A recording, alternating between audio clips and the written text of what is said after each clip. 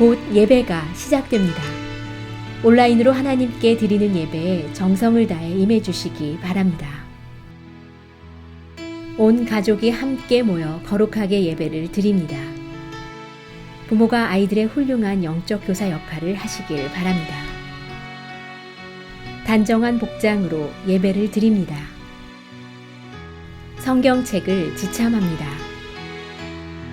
예배 10분 전부터 예배 준비를 완료하고 기도합니다. 올바른 자세로 모든 순서에 정성을 다해 참여합니다. 핸드폰보다는 TV나 컴퓨터 모니터로 예배를 드립니다. 예배에 집중하여 하나님의 은혜를 기대합니다. 헌금은 정성껏 준비해서 우편으로 보내시거나 직접 교회 사무실 헌금함에 봉헌합니다.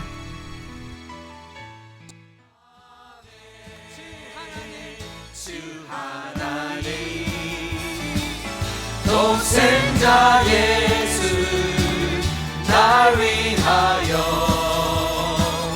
오시었네. 내 모든 죄 다 사하시고 죽음에서 부활하신 나의 구세주 살아계신 주 나의 참된 소망 걱정 근심 전혀 없네.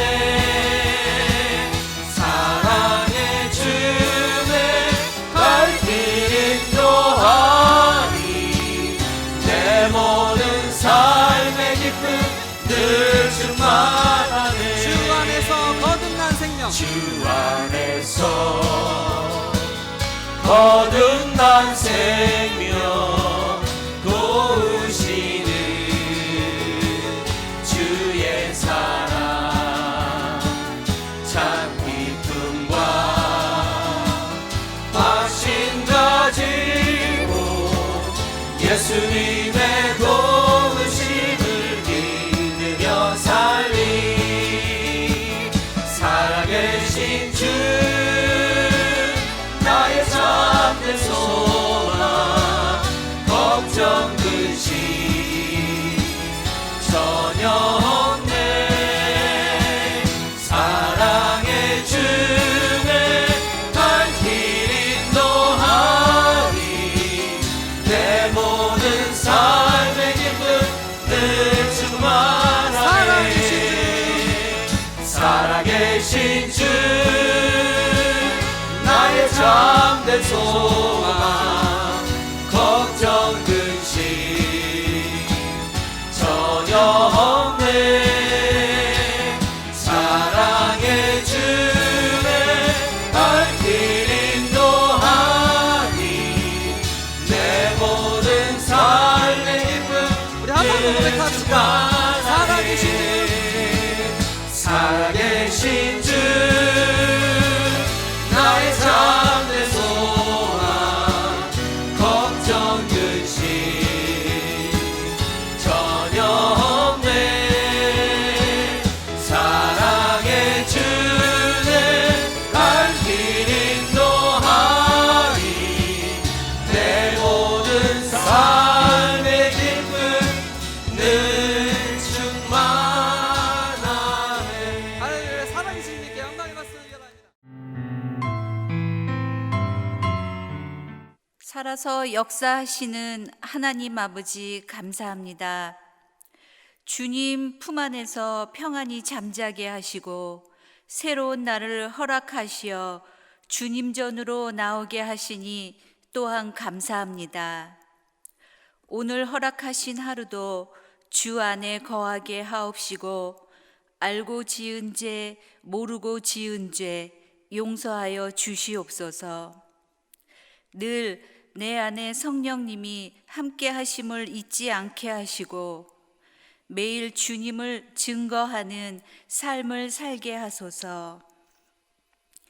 지난 시간 바이러스로 인하여 막막하고 답답한 세월을 보내야 했지만 만나와 메추라기를 보내주시고 주님의 날개 안에 품어주셔서 예배도 참석하고 백신도 맞을 수 있게 하여 주시니 감사합니다. 온 세계의 모든 주님의 백성들이 한 사람도 빠짐없이 백신을 접종받게 하시고 치료되고 회복되고 예방되어서 온 열방에 복음을 전파할 수 있도록 쓰임받게 하소서. 앞으로 있을 선교대회 기도와 사랑으로 준비하여 부족함이 없게 하시고 복된 소식이 전해지는 주님의 잔치가 되게 하옵소서. 또 바라옵기는 지금 몸이 아파 투병 중에 있는 교우들이 있습니다. 주님 보혈의 손으로 안수하여 주셔서 새로운 힘으로 주님 앞에 건강하게 다시 일어서 주님께 영광 돌리게 하옵소서. 오늘 말씀을 전하시는 노희균 목사님 성령으로 감싸 주시고 선포되는 말씀마다 은혜 받게 하시고 올려지는 기도들이 힘 있고 능력 있게 하옵소서. 누구든지 하늘에 계신 내 아버지의 뜻대로 하는 자가 내 형제요 자매요 어머니이니라 말씀하셨으니 우리들 아버지의 뜻대로 살게 하옵소서. 이 모든 말씀 우리 주 예수 이름으로 기도합니다. 아멘.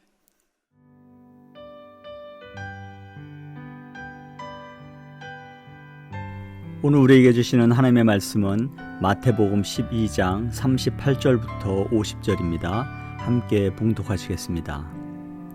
그때 서기관과 바리새인 중 몇 사람이 말하되 선생님이여 우리에게 표적 보여주시기를 원하나이다. 예수께서 대답하여 이르시되 악하고 음란한 세대가 표적을 구하나 선지자 요나의 표적밖에는 보일 표적이 없느니라. 요나가 밤낮 사흘 동안 큰 물고기 뱃속에 있었던 것 같이 인자도 밤낮 사흘 동안 땅속에 있으리라. 심판때에 니느웨 사람들이 일어나 이 세대 사람을 정죄하리니 이는 그들이 요나의 전도를 듣고 회개하였으며거니와 요나보다 더 큰 이가 여기 있으며 심판때에 남방 여왕이 일어나 이 세대 사람을 정죄하리니 이는 그가 솔로몬의 지혜로운 말을 들으려고 땅 끝에서 왔음이거니와 솔로몬보다 더 큰 이가 여기 있느니라. 더러운 귀신이 사람에게서 나갔을 때에 물 없는 곳으로 다니며 쉬기를 구하되 쉴 곳을 얻지 못하고 이에 이르되 내가 나온 내 집으로 돌아가리라 하고 와보니 그 집이 비고 청소되고 수리되었거늘 이에 가서 저보다 더 악한 귀신 7을 데리고 들어가서 거하니 그 사람의 나중 형편이 전보다 더욱 심하게 되느니라. 이 악한 세대가 또한 이렇게 되리라. 예수께서 무리에게 말씀하실 때에 그의 어머니와 동생들이 예수께 말하려고 밖에 섰더니 한 사람이 예수께 여짜오되 보소서 당신의 어머니와 동생들이 당신께 말하려고 밖에 서 있나이다 하니 말하던 사람에게 대답하여 이르시되 누가 내 어머니이며 내 동생들이냐 하시고 손을 내밀어 제자들을 가리켜 이르시되 나의 어머니와 나의 동생들을 보라. 누구든지 하늘에 계신 내 아버지의 뜻대로 하는 자가 내 형제요 자매요 어머니이니라 하시더라. 아멘. 오늘 하나님의 말씀은 마태복음 12장 22절부터 37절의 말씀으로 성령이 함께하는 삶이라는 주제로 하나님의 말씀을 함께 나누기 원합니다. 요즘 정부에서는요, 이 코비드-19 백신 접종을 권고하고 또 독려하고 있습니다. 이로 인해서 많은 시민들이 지금 백신을 접종을 받고 있는데요. 저희 부모님께서도 최근에 1차 접종을 백신 접종을 받으셨습니다. 이렇게 많은 사람들이 이렇게 백신을 접종을 받는 이유가 여러 이유가 있겠지만 가장 큰 목적은 이러한 코비드-19의 상황 속에서 건강을 지키고자 하는 목적이 가장 큰 목적이라 생각이 됩니다. 최근에 제가 신문을 이렇게 보게 되었는데 코비드-19 이 바이러스로 인해서 이 하와이의 여행객의 전보다 79%가 줄었다고 합니다. 여러분도 아시다시피 하와이에 많은 비즈니스나 또 직업이 이런 잡이요. 이런 하와이의 그 관광 사업과 많이 연결이 되어 있기 때문에 그만큼 영향도 크다고 생각이 됩니다. 하지만 이러한 코비드 19의 그 어려움과 또 이런 부분들도 개선이 되고 언젠가는 이 코비드 19이 종식이 되어서 이 하와이의 이 관광 사업 또한 활성화가 될 것이라고 저는 개인적으로 생각하고 있습니다. 그래서 요즘 최근 그 뉴스에 보니까요, 올해 말이나 내년 초쯤 되면 이런 팬데믹의 상태가 이 사태가 종식이 되어서 전과 같은 그러한 생활을 할 수 있다라는 그런 소식도 접하게 됩니다. 또 다른 뉴스에서는요, 이 내용과 다르게 이 팬데믹의 상황이 좀 더 장기간 지속될 수 있다라는 예측을 하기도 합니다. 이러한 뉴스를 우리가 접하면서 이러한 팬데믹이 장기화 될지도 모르고 어쩌면 단기화 될지도 모르기 때문에 어떠한 상황이라 우리가 예측을 하기가 어렵다는 것이죠. 그래서 우리가 백신을 맞아서 우리가 건강을 지키고 또 집단 면역이라고 그러죠. 우리가 면역을 갖게 되어서 예전과 같이 그러한 생활을 할 수 있기를 모두 다 기대하고 있습니다. 한편으로 보면요, 우리가 코비드 19 상황이 어떻게 될지 모르는 이런 상황이지요. 우리가 긍정적으로 빨리 속히 이 종식이 되기를, 코비드 19이 종식되기를 원하지만 우리가 좀 장기화 될 수도 있다는 그런 생각도 갖게 됩니다. 그래서 우리가 지금부터 이 코비드 19 상황에 대응도 해야 되지만 또 이러한 사항을 우리가 적응할 필요도 있다고 생각이 됩니다. 수년 전에 이 암을 치료하는 암 전문의가 TV에 나와서 이런 얘기를 하는 것을 제가 들은 적이 있습니다. 이 암은 조기에 발견하여서 적절한 시기에 치료만 한다면 대부분의 암을 치료할 수 있을 만큼 의학의 그 수준이 높아졌다라고 얘기를 하였습니다. 그리고 다만 이 특정한 암은 이 환자가 계속해서 약을 복용해야 될지도 모른다고 이렇게 얘기를 해요.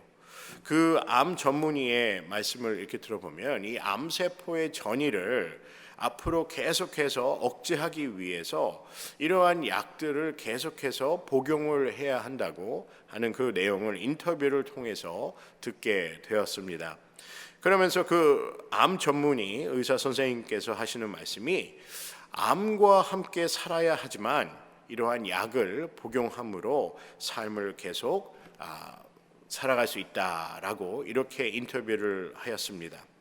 여러분, 암이라는 것이 얼마나 두렵고 힘든 병입니까?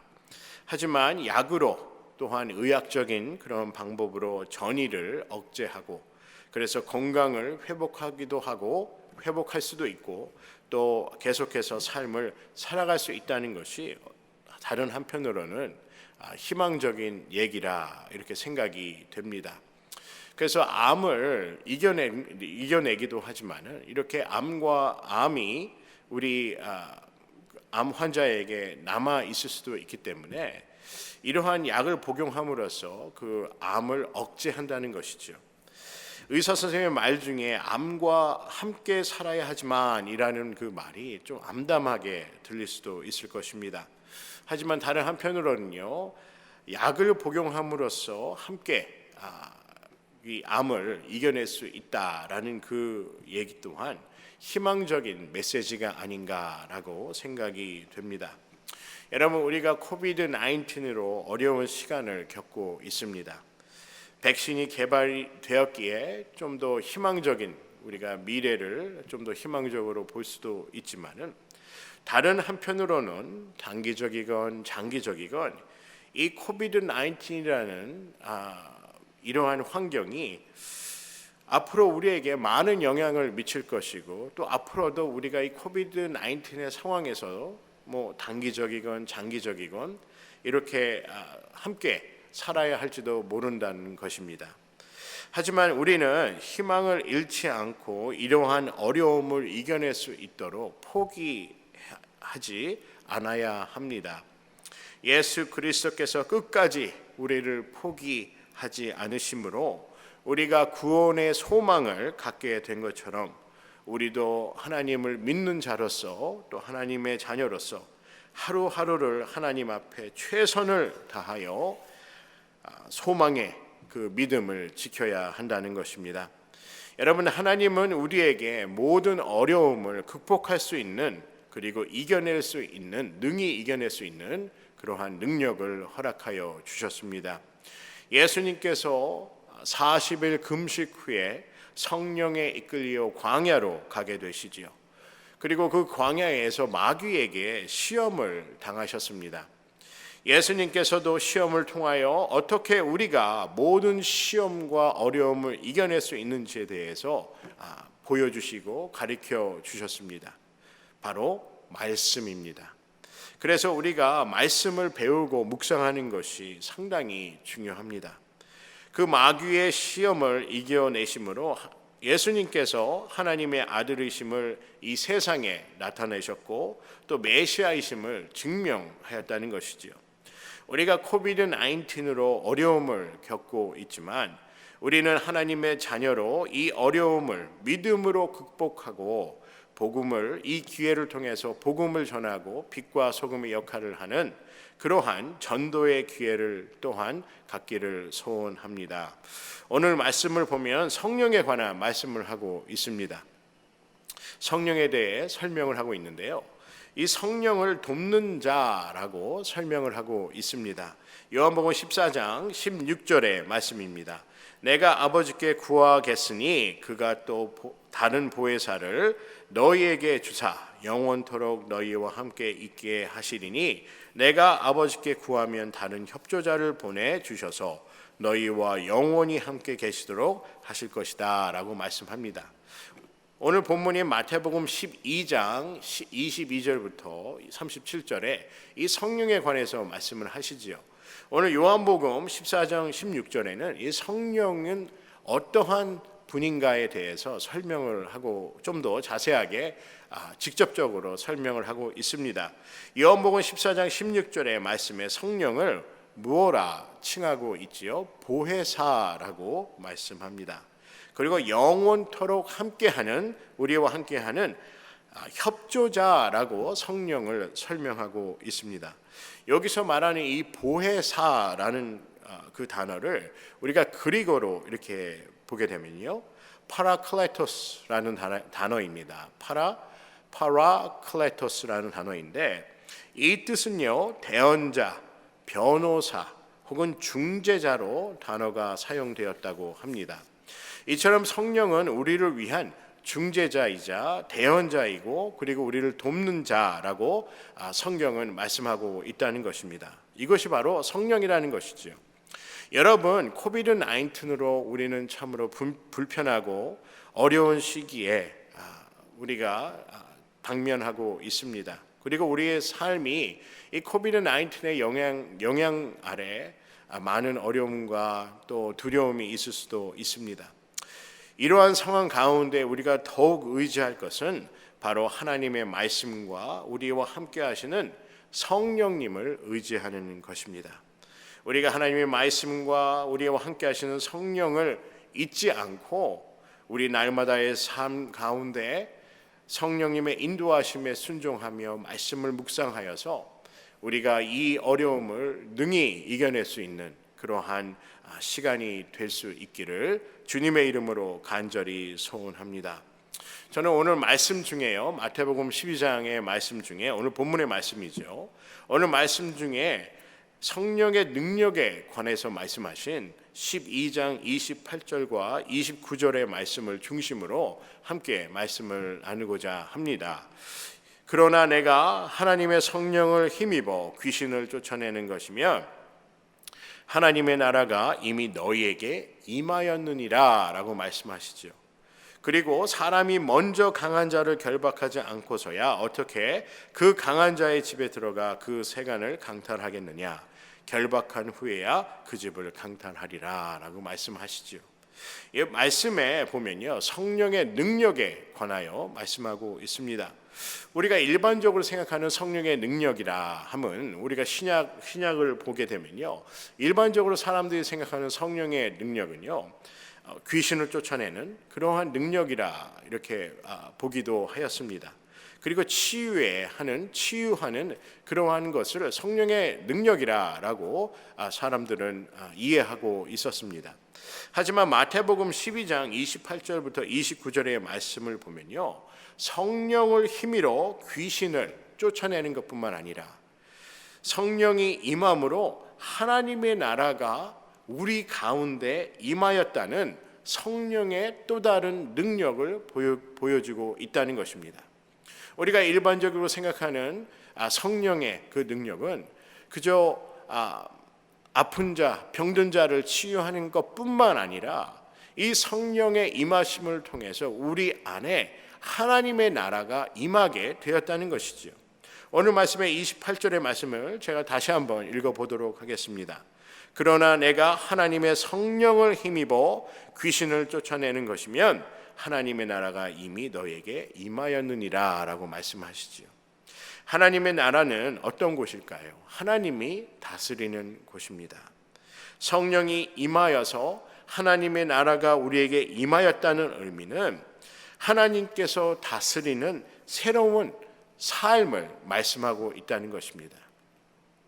하나님의 성령을 힘입어 우리의 영혼과 그리고 우리의 삶이 치유되는 것뿐만 아니라 더 나아가서 우리의 삶이 하나님이 다스리는 삶으로 변화되고 새로워진다는 것을 말씀하고 있다는 것입니다.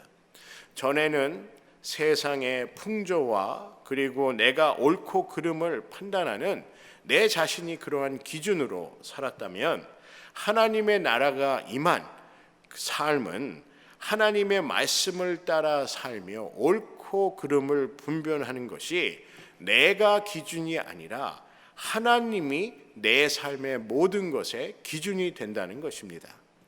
우리가 다시 하나님의 나라에 대해서 말씀을 나눈다면 하나님의 나라는 하나님께서 다스리는 곳이 되며 내 삶의 모든 것이 하나님이 기준이 되는 것이 바로 하나님의 나라가 우리에게 임하였다는 증거라는 것입니다.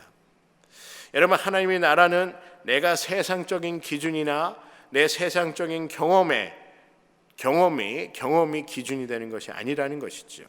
하나님의 말씀, 하나님의 인도하심, 그리고 하나님이 우리 삶의 기준이 되는 것이 바로 하나님의 나라가 임한 우리의 신앙의 여정이라는 것입니다.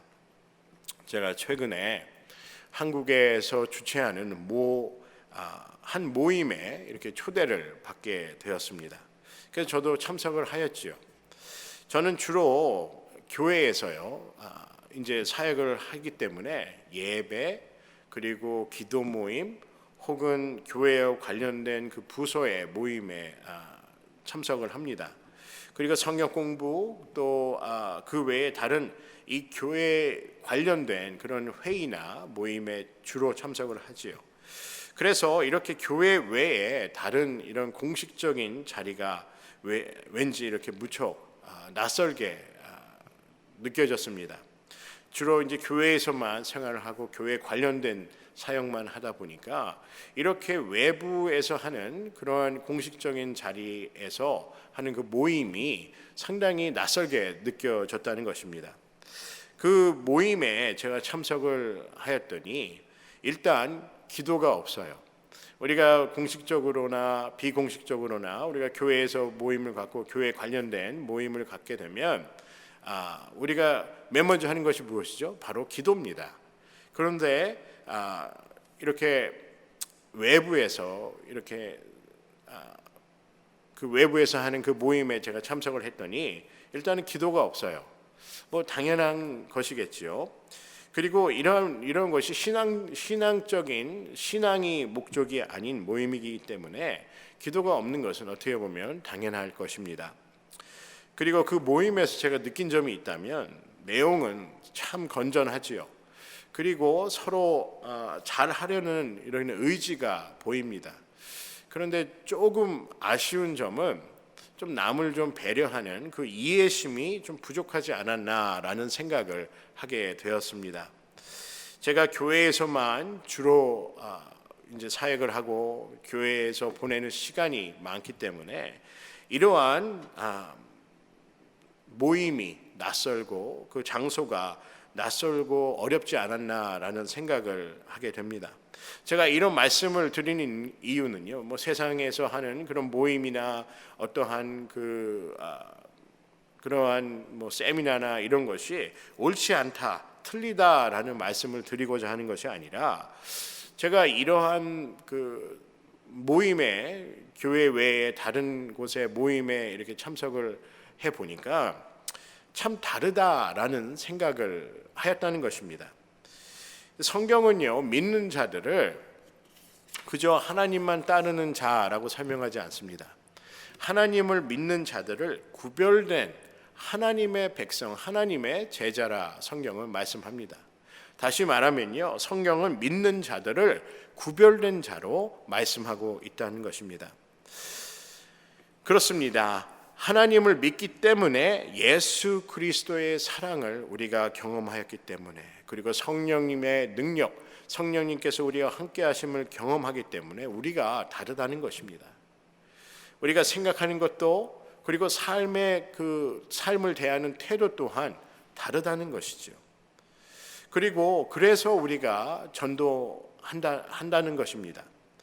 이 전도를 통해서 사람들의 삶의 방법과 태도를 바꾸기 때문이죠. 그리고 사람들에게 새로운 소망을 전하는 것이 바로 이 복음 전도입니다. 여러분, 우리 또한 전에는, 예수를 믿기 전에는요, 우리도 세상 사람들과 다를 것이 없었습니다. 구별된 것이 없지요. 우리가 믿지 않는 이웃들을 이처럼 이해할 수 있는 이유가 무엇일까요? 우리도 전에는 죄인이었기 때문입니다. 우리도 전에는 하나님의 사랑과 예수 그리스도의 긍휼하심과 은혜를 경험하기 전에는 우리도 세상 사람들과 다른 바 없는, 구별되지 않는 그저 한 인간으로서의 삶을 다른 사람과 똑같이 살았다는 것이죠.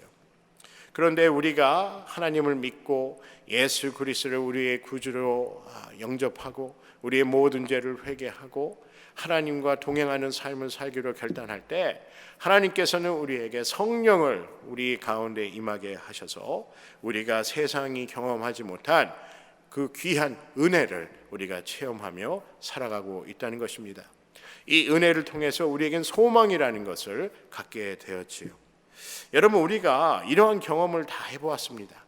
우리가 전에는 죄인이었으나 예수 그리스도의 사랑과 보혈로 우리가 더 이상 죄인의 삶을 사는 것이 아니라 이제는 하나님의 백성과 하나님의 제자로서의 삶을 살아가는 구별된 삶을 살아간다는 것이죠. 여러분, 우리는 이러한 경험들을 통해서 우리가 회개함으로, 예수 그리스도 하나님의 용서함으로 우리는 하나님의 크신 언약과 또한 우리를 향한 하나님의 그 계획들을 우리가 깨닫게 되었습니다. 여러분, 우리는 예수 그리스도의 보혈로, 그리고 예수 그리스도의 사랑으로 우리는 죄사함을 받았습니다. 그리고 성령님의 역사하심을 우리는 경험하였습니다. 우리는 이를 통해서 기도의 능력, 예배를 통한 감격과 회복, 그리고 말씀의 지혜를 통한 하나님을 향한 소망을 갖게 되었다는 것입니다. 이를 통해서 하나님의 나라에 대한 소망을 갖게 되었다는 것이죠. 여러분, 우리의 삶 가운데 코비드-19 뿐만 아니라 개인적으로 고민과 어려움도 있으리라 생각이 됩니다. 오늘 말씀의 제목처럼요, 성령님과 동행하는 삶은 새로운, 전과는 전혀 다른 새로운 삶을 살아갈 수 있다는 것입니다. 오늘 말씀의 31절과 32절의 그 말씀을 우리가 읽게 되면 조금 꺼려지거나 좀 부담이 되는 그런 말씀이 아닌가라는 생각이 들어요.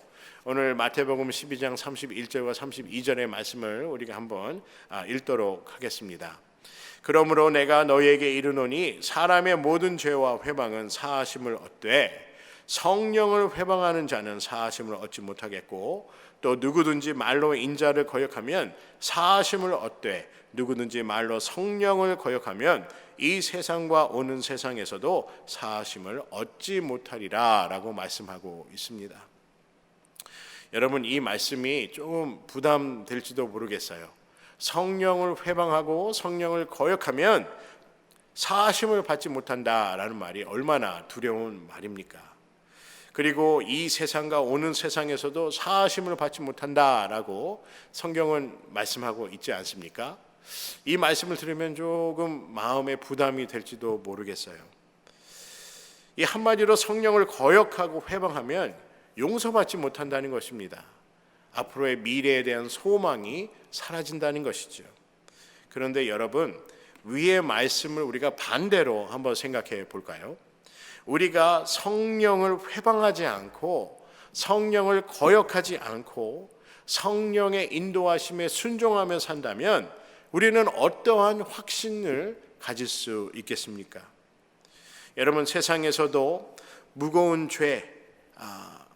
이 세상에서도 이 무거운 죄를 짓게 되면 그만한 대가를 치루어야 합니다.